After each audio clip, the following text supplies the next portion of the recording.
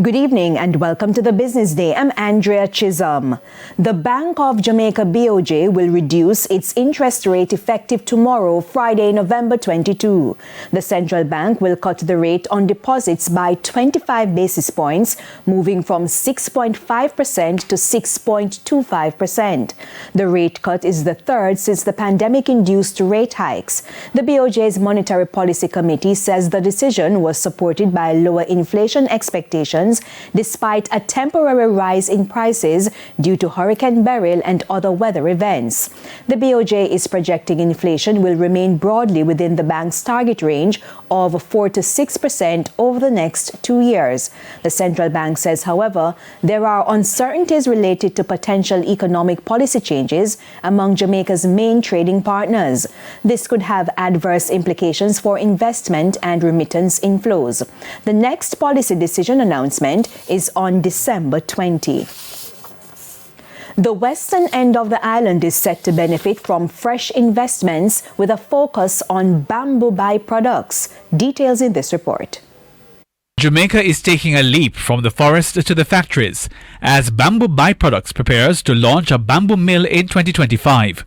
The plant will breathe new life into the local industry, converting bamboo pulp to make toilet paper, paper towels and sanitary napkins.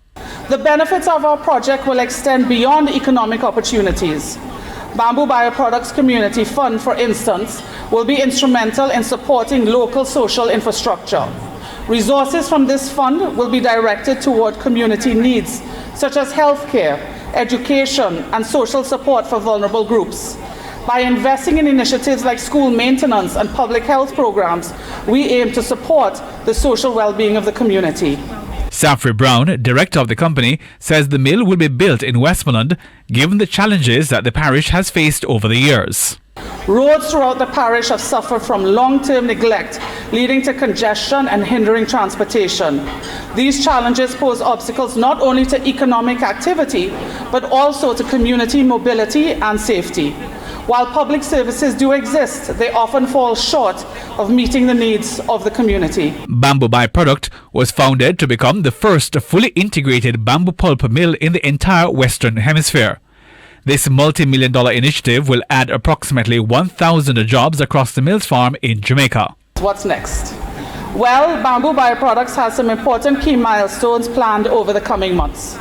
At the end of 2024, we will make our final submission to the Parish Council for our building approvals, a crucial step before initiating major construction activities.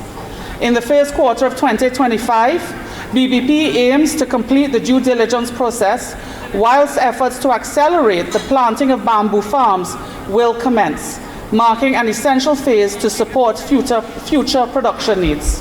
And in the second quarter of 2025, the preparation for and the start of construction for the bamboo pulp mill will commence.